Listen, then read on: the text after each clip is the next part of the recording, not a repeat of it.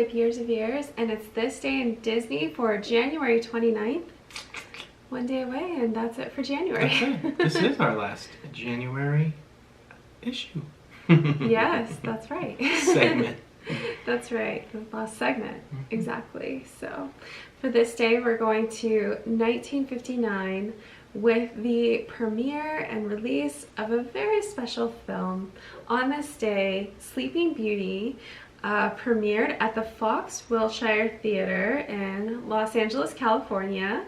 And this was the story based on the fairy tale La Belle au Bois dormant by Charles Perrault. So we had talked about Charles Perrault recently, and I had mentioned that Sleeping Beauty is really based on his storytelling of it. Of course, it's an old tale that was told orally, but Perrault was one of those who, wrote these things down and made it more accessible.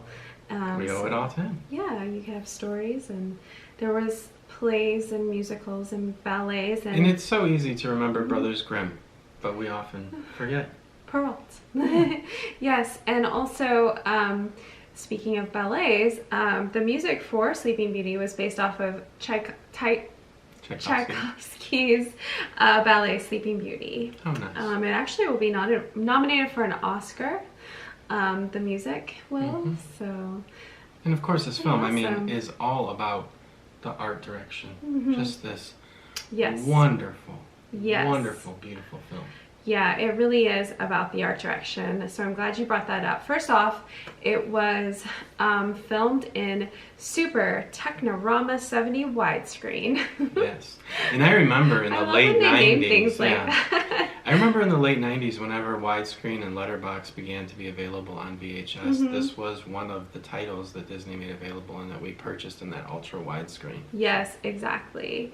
And it was, I know I've talked about this before, but the National Film Registry, we had done an episode on it, discussing the National Film Registry and how, a lot of Disney films, and in 2019, Sleeping Beauty was added to the National Film Registry, being culturally, historically, and aesthetically significant. And now forever. Right, which, honestly, we're just going to get right to it. This did not go well. It did not go well in theaters. People didn't like it as much as they liked other Disney films, and it did not make them the And we profit touched upon that when we talked about 101 Dalmatians Yeah. this week, because 101 Dalmatians followed this film. And it's so shocking, isn't it? It really is. Yeah. It has aged, so well, can't even be lived without. Of course, we have Prince Phillip and Milk Call, specifically animated Prince Phillip.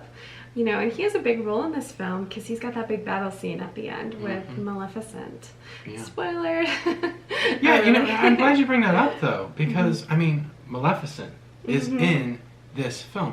One of the favored villains.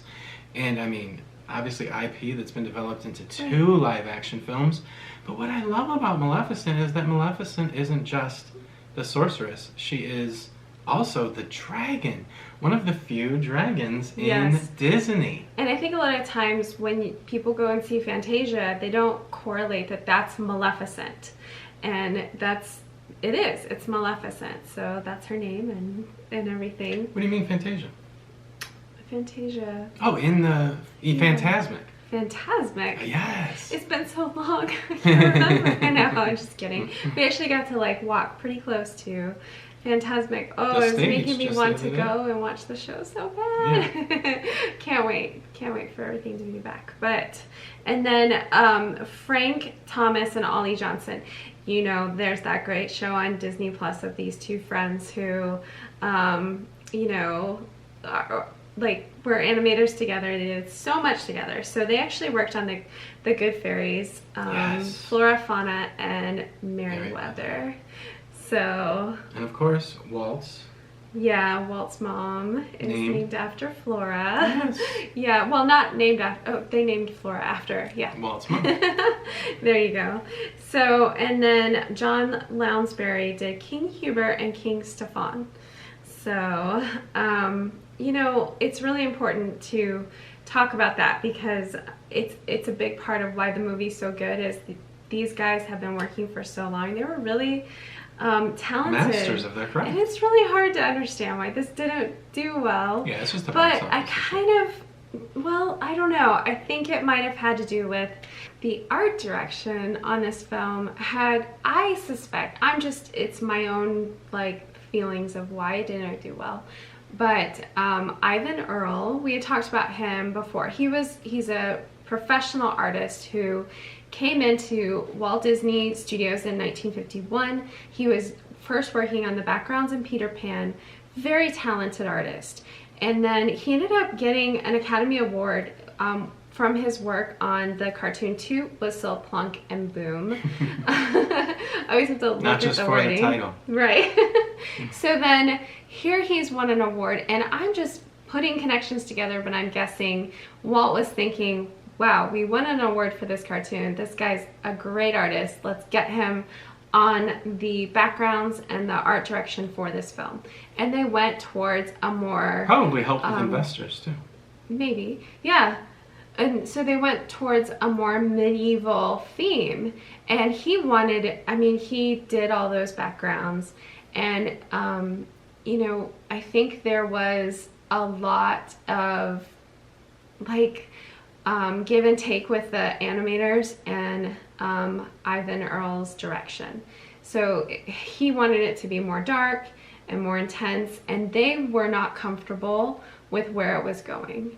They even said it was like, one of the animators said it was like forcing himself to draw, or you know. So they might have ended, and they may have ended up with another Black Cauldron on their hands had the animators not spoken up before Black Cauldron. And I love Black Cauldron. Yeah, so they were having kind of issues.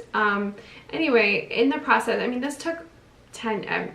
Walt announced it back in 51. It wasn't obviously premiering till 59, so it almost took 10 years to produce. So it took a long time. By the end of it, Ivan Earl left, and I believe it was, I think it was Mark Davis who actually muted his backgrounds, so they weren't as intense. So to me, I just think from the concept of everyone not coming together on this, and even things being changed right at the end, that's just always a mixture for things just not going as well. Now, to me, it's a beautiful film. I would have loved to see Ivan Earl's full art direction and design. I think that would have, if they just kind of went with that and trusted him, I think it might have done even better than... and we've seen these kind of things happen before, like on other projects, especially like Emperor's New Groove. I mean, it really took different directions and you know, experienced varied success based on that. Right. So, I mean, you know, they were used to working with other, even Frank and Ollie talked about how it was easier to work with Mary Blair's art direction and things because it just made more sense to them artistically. Yeah, so I don't even like having this dialogue because he's so talented, and to even discuss any like conflict is just tragic. Who, Ivan Earl? Yeah. But he left, so that's just what happened. So that conflict, I just think, kind of fell into inform the success of the film at the time, even though now, you know, it's so when a highly film successful. is made late, then the marketing is hard to know what to do. What are what direction? There's all sorts of things, but Mary Costa was actually in 1952 was asked to do the singing and the vocal role for Aurora, or Briar Rose. And you know, that's really what one of the big things she's known for, and I love her voice in this film. I think they made a great choice, and they actually you know, she sang a song, When I Fall in Love, at the then named Los Angeles Conservatory of Music, and Walter Schumann, he said to her afterwards, I don't want to shock you, but I've been looking for Aurora for 3 years, and I want to set up an audition. Would you do it? So more enthusiasm really of cool. people anxious to work with Mr. Disney. Yeah, Amazing. exactly. What good times. So she came in and worked on the film. So, like I said, it didn't do well, but then it, of course, later did well in re-releases and DVDs and things like that. So it's just a sad occurrence because it should have done well. I'm not really sure why it didn't. Yes. Like, we can only surmise, and I'm sure the animators and such at that time could tell us more about why it didn't do as well. But I love the backgrounds. I'm sure it's all economic and world events. Yeah. It always seems to be. Yeah, there's so many things that go into, I mean, 1959, what all was going in that year, that time period, and why, you know, I think thinking it rolling in right into the 60s, I just think they should have gone with those darker colors and trusted Ivan Earl on this, but anyway, this was this was actually, I told you about the Technirama widescreen, and it was an alternative to CinemaScope, and it was the last Disney feature to use hand-inked cels. There you go. So that's that really Xerox special. Was coming on the way. We talked about earlier. Yeah. So lots of technique, but I do love that, you know, they were trying to find new techniques, and that's why they went with the Xerox for 101 Dalmatians, was because Walt said he wanted to find new techniques. So he wasn't adverse to that at all. But yeah, the hand-painted ink cels. So many people worked so hard, you know, hand-painting cels year after year, and that was it. So, but a phenomenal movie. Yes. And we're gonna watch it this weekend. Yeah, you should watch it. Yeah, go watch it. And Have what a other great weekend. Sleeping Beauty things can we do at Disney World? Take a nap. A long one.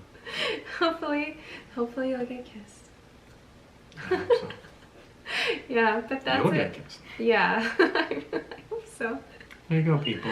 Let's close this out before it gets any more racy. Romantic. All right. Well, tell us what you guys think about Sleeping Beauty. I think it's a really good film, and I love how, like I said in the beginning, how Prince Phillip, he's the first, I just forgot to mention, he's the first prince to be named in a princess film. There you go. So the other two didn't have names. Yeah. They've gone back and given Cinderella's prince a name, but that's not, we're not going to mention him. Okay. But Philip, he battles the dragon. Impressive. Yeah. So watch out for those, you know, needles on wheels. Spindles. Be careful. Spindles. And tell us what you think of this film in the comments. And we will see you guys next time. Bye.